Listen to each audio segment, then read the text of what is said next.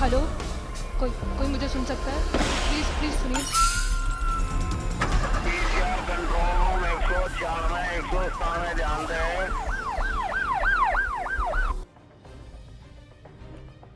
कहते हैं कि वर्दी का नशा जब किसी पर हावी होता है तो फिर सारे नियम और कानून ताक पर रख दिए जाते हैं, और अगर वर्दी खाकी हो तो फिर तो माजरा कुछ भी हो सकता है। दरअसल जोधपुर में हाल ही में एक अजीबोगरीब तस्वीर सामने आई है। एक महिला आईपीएस अधिकारी अपनी जांच के लिए जोधपुर के महात्मा गांधी अस्पताल पहुंचती है। कुछ जांचें भी होती हैं और आखिर में ईसीजी की जांच भी होती है। महिला अधिकारी अपनी जांच कराने के बाद उस केबिन के बाहर भी आ जाती है। तसल्ली से सारा काम हो जाता है, लेकिन फिर कुछ देर बाद ही यहाँ बवाल मच जाता है। पुलिस पहुंच जाती है, अस्पताल कर्मचारियों को गिरफ्तार कर लिया जाता है और कुछ कर्मचारियों की नौकरी तक छीन ली जाती है। चलिए आपको इस घटना की पूरी दास्तां बताते हैं, जोधपुर से मिली इस रिपोर्ट के जरिए।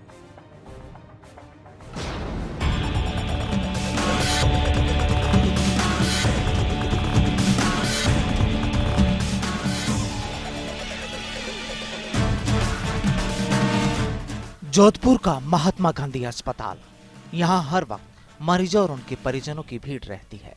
अस्पताल प्रशासन अपना काम भी करता है, लेकिन इस बार इस अस्पताल में बवाल मच जाता है और यह हंगामा होता है एक महिला आईपीएस के निर्देशों के बाद। दरअसल जोधपुर में तैनात आईपीएस अधिकारी श्वेता धनखड़ अपनी कुछ जांचों के लिए इस अस्पताल पहुंची।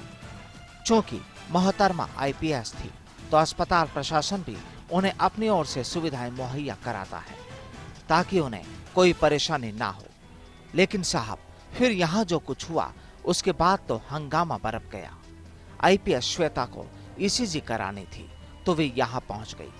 चूंकि महिला की जांच करनी थी तो एक महिला नर्सिंग कर्मी और महिला सुरक्षा कर्मी भी यहाँ पहुँच गई। महिला नर्सिंग कर्मी ने इन आईपीएस की ईसीजी की, जिसके बाद आईपीएस श्वेता वहां से चली गई। लेकिन कुछ देर बाद यहाँ पुलिस पहुंच गई और यहाँ तैनात कुछ कर्मचारियों को अपने साथ ले गई, जिन्हें बाद में शांति भंग करने के आरोप में सलाखों के पीछे पहुंचा दिया गया। लेकिन इस नाटकीय घटनाक्रम ने कई सवाल खड़े कर दिए। चलिए हम आगे बढ़ें, इससे पहले जरा इन अस्पताल कर्मियों को भी सुन लिया जाए। कल श्वेता मैडम ईसीजी करवाना आई थी, जिसमें हमारे ऑफिस से बालकृष्ण जी भी उनके साथ थे और उनकी ईसीजी हमारे राजेश्वरी मैडम ने की थी। कोई ऐसा बदतमीजी नहीं थी, हम सब यही काम कर रहे थे और हम अपनी कुर्सी पे बैठे हुए थे। जब फीमेल का होता है तब हम यहाँ इधर नहीं आते और फीमेल हिसाब करता है, तो हमको ये पता नहीं चला कि हमें किस गुनाह में निकाला गया है। हमारा कोई गुनाह भी नहीं था, हम यहाँ खड़े भी नहीं थे, हम तो सब साइड पे खड़े थे। मतलब जहाँ हमारी सीट है आप देख सकते हो जो भी है, हम वहाँ बैठे थे और ये कर्टन लगा हुआ है, इसमें उनकी ईसीजी हो रही है और हमारे सुशीला बाई हैं वो भी यहीं खड़े थे। तो ऐसा कोई नॉनसेंस भी नहीं था, पर हमें कारण बताया जाए कि हमें किस कारण से निकाला गया है। सबसे पहले क्या है, ऑफिस से एक बाबू आया था। बाबू पास में आके हमारे पास में आके बोला कि ये मैडम आई है, इनकी ईसीजी करनी है। मैंने कहा ठीक है, आप इनको 2 मिनट बैठो और इनके बाद में ईसीजी हो रही है। तो तब तक मैं हमारे सिस्टर भी आ गए। मैंने कहा सिस्टर नहीं, उनको मैडम को बोला भाई आप पीछे जाके सो जाओ पर्दे के पीछे। वो मैडम भाई यहाँ पे पीछे पर्दे के पीछे सो गई और फिर मैंने बोला कि भाई आप सिस्टर जी आप ईसीजी कर दो इनके। तो सिस्टर जी ईसीजी करने लगे, पास में उनके भाई जी खड़ी थी और हम लोग वापस अपने कुर्सी पर जाके काम करने लगे। बस ये रीजन हुआ बस।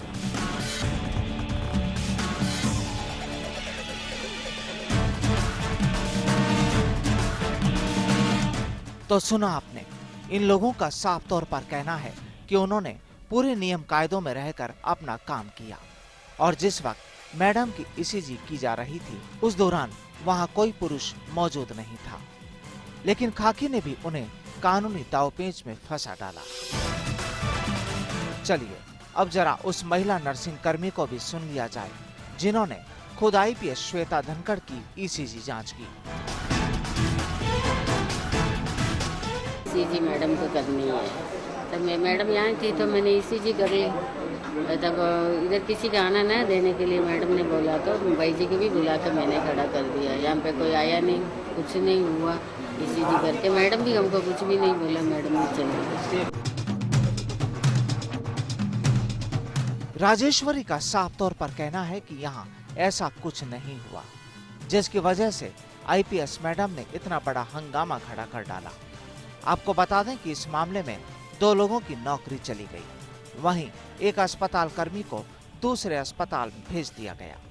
इस पूरे मामले को लेकर जब अस्पताल अधीक्षक से बात की गई तो उनके चेहरे पर भी मजबूरी के ही भाव नजर आए। चलिए आपको सुनाते हैं एक पुलिस अधिकारी की दबंगी वाले इस मामले में ये साहब क्या कहते हैं। आईपीएस श्वेता धनखड़ है, वो अपना मेडिकल करवाने आई थी।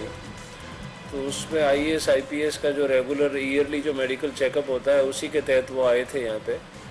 पहले उनका लेबोरेटरी में खून की जांच हुई, उस समय हमारा भी व्यक्ति साथ था ऑफिस का, तो वहाँ उनको कोई ऐसी समस्या भी नहीं आई और वहाँ जांच हो गई। उसके बाद ईसीजी में उनको ले गए थे, उनका ईसीजी भी हो गया और वो फीमेल स्टाफ नहीं किया था, पर्दा लगा हुआ था। पर उनकी शिकायत ये थी कि वहाँ पे कुछ मेल कैंडिडेट है वो उस कमरे में घूम रहे थे। मैंने वहाँ के स्टाफ को सबको बुलाकर इसकी वापस ताकीद की तो फीमेल स्टाफ ने बताया, जो काफ़ी वरिष्ठ ग्रेड 1 नर्सिंग स्टाफ है, उन्होंने कहा कि मैंने ही इनका ईसीजी किया है और ईसीजी के टाइम में कोई मेल स्टाफ अंदर नहीं था। कहानी पूरी साफ नजर आती है। ऐसा लगता है कि मामला जब एक पुलिस अधिकारी से जुड़ा था तो आखिर क्यों कोई पंगा ले। लेकिन साहब, इस मामले में जब पुलिस अधिकारियों से बात की गई तो उनकी जुबान भी कुछ लड़खड़ाती ही नजर आई। ऐसा लगता है कि इलाके की पुलिस ने अस्पताल कर्मियों के खिलाफ जो कार्रवाई की वो भी दबाव के चलते ही की गई। कल एमजीएच में हॉस्पिटल में आईपीएस के एनुअल इंस्पेक्शन के लिए आईपीएस श्रीमती श्वेता धनखड़ यहाँ आए थे, जिनका ब्लड सैंपल लेने के बाद में उनकी ईसीजी हो रही थी। तो वहाँ पर ईसीजी जेंट्स के द्वारा करने की बात बताई गई। इस बात को लेकर मैडम को दुर्व्यवहार हुआ उनके साथ में, उनके प्राइवेसी है उनके रीजन पर, तो वो बिना मेडिकल कराए चले गए। तो इस बात की जांच हुई थी। उस जांच के दौरान जो वहाँ पे ड्यूटी पे मौजूद थे मिस्टर नरेंद्र सिंह और देवेंद्र सिंह, उनको बाद जांच के द्वारा उनको नौकरी से निकालने की, रिमूवल करने की बात आई थी, जिसपे वो उत्तेजित हो गए थे। उत्तेजित के बाद हमें इतला मिली थी, हम वहाँ पहुँचे तो उनको शांति व्यवस्था बनाए रखने के लिए 151 में उनको गिरफ्तार करके पाबंद कराया गया।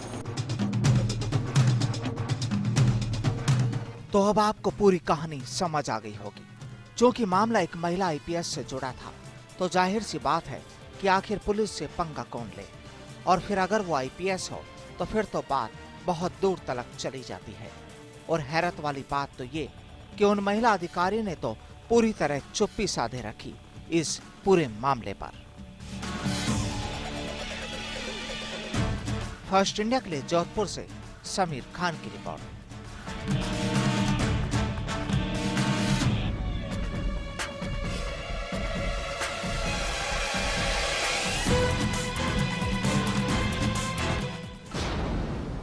आपको बता दें कि आईपीएस अधिकारी से जुड़े मामले में फर्स्ट इंडिया ने श्वेता धनखड़ से उनका पक्ष भी जानने की कोशिश की, लेकिन उन्होंने इस प्रकरण में कुछ भी बोलने से इनकार कर दिया। चलिए अब आपको लेकर चलते हैं ख्वाजा नगरी अजमेर और यहां से आपको दिखाते हैं वारदात की एक वो तस्वीर जिसने अजमेर पुलिस के उन दावों की पोल खोल दी जिसमें कहा जाता है कि यहां हर शख्स पर नजर रखी जाती है।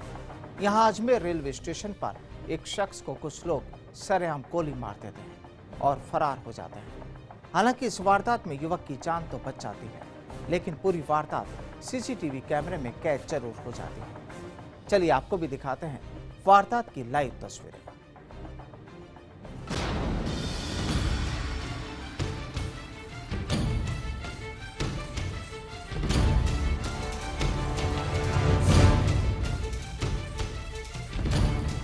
राजस्थान का अजमेर शहर, और इस शहर का ये है रेलवे स्टेशन।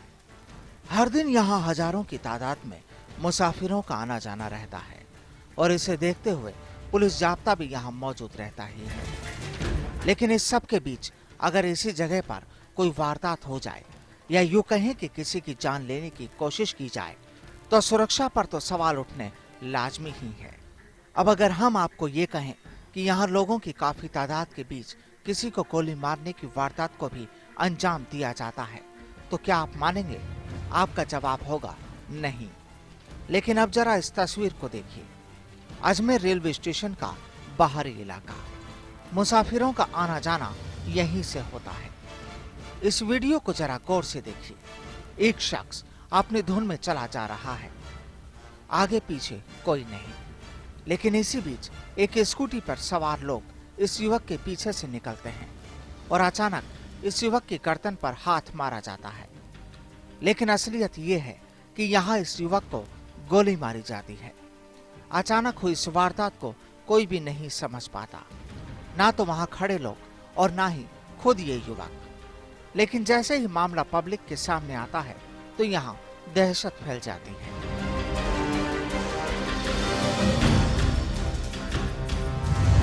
लेकिन तब तक आरोपी यहाँ से फरार हो जाते हैं। इस युवक को गोली मारी जाती है, लेकिन वो इसे छूकर निकल जाती है और ये बच जाता है। लेकिन अब आपको बताते हैं कि आखिर वारदात की असल कहानी क्या है। दरअसल ये पीड़ित पंचशील का रहने वाला हेमंत सिंह भाटी है। भाटी प्रॉपर्टी का काम करता है और शिवसेना में पदाधिकारी भी है। पीड़ित का आरोप है कि उस पर गोली चलाने वाला मनीष राजौरिया है, जो अलवर गेट इलाके के आर्यनगर का रहने वाला है। बाकी दो आरोपियों की पहचान नहीं हो पाई है। हेमंत और मनीष दोनों दोस्त थे और साथ ही प्रॉपर्टी का काम करते थे। इस दौरान मनीष की पत्नी का हेमंत के साथ प्रेम संबंध हो गया और दोनों ने शादी भी कर ली। ये मामला फिलहाल कोर्ट में विचाराधीन है, मगर तब से ही हेमंत और मनीष में दुश्मनी की दीवार खिंच गई, जिसके बाद मनीष ने रंजिश निकालने के लिए आज उस पर फायर कर दिया। हालांकि इस वारदात को लेकर पुलिस प्रॉपर्टी विवाद ही बता रही है। प्रॉपर्टी डीलर है, आपस के अंदर दो गुट है। तो एक ये जो अभी एडमिट है हेमंत भाटी है, अपनी पत्नी के साथ कोई रेलवे स्टेशन पे कोई परिचित आए थे, उनको लेने के लिए गया था। और इसी का पार्टनर है मनीष राजौरिया। वो जैसा कि ये पहचान रहा है अभी तक, तीन आदमी एक स्कूटी पे थे, उसमें से एक इसको गोली मार के निकल गया। गोली इसके बिल्कुल पास से निकली है। अभी हालत ठीक है, इसकी एक्सरे करवा दिया है।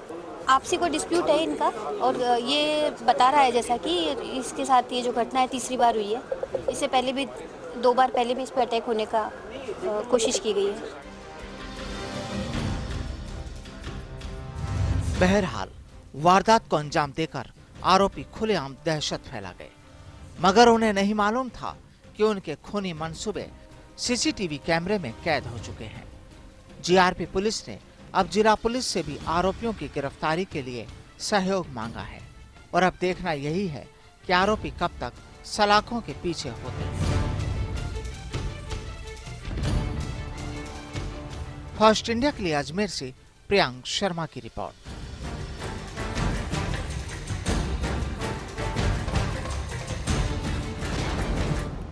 वाकई अगर इस तरह की वारदात सरेआम की जाए तो दहशत मचना लाजमी है। पहले दोस्ती और फिर वही दुश्मनी में तब्दील होकर गुनाह की इबारत लिखे तो खाकी के लिए भी इसे चुनौती मानी जा सकती है। फिलहाल डायल 100 में वक्त हो गया एक छोटे से ब्रेक का। ब्रेक के बाद आपको बताएंगे अलवर की एक युवती के बारे में जो दिल्ली में अपनी जिंदगी को अलविदा कह देती है। लेकिन ऐसा क्यों हुआ, बताएंगे इस ब्रेक के बाद। हेलो हेलो हेलो, कोई मुझे सुन सकता है? प्लीज सुनिए। कंट्रोल रूम 104 में 197 ध्यान दें।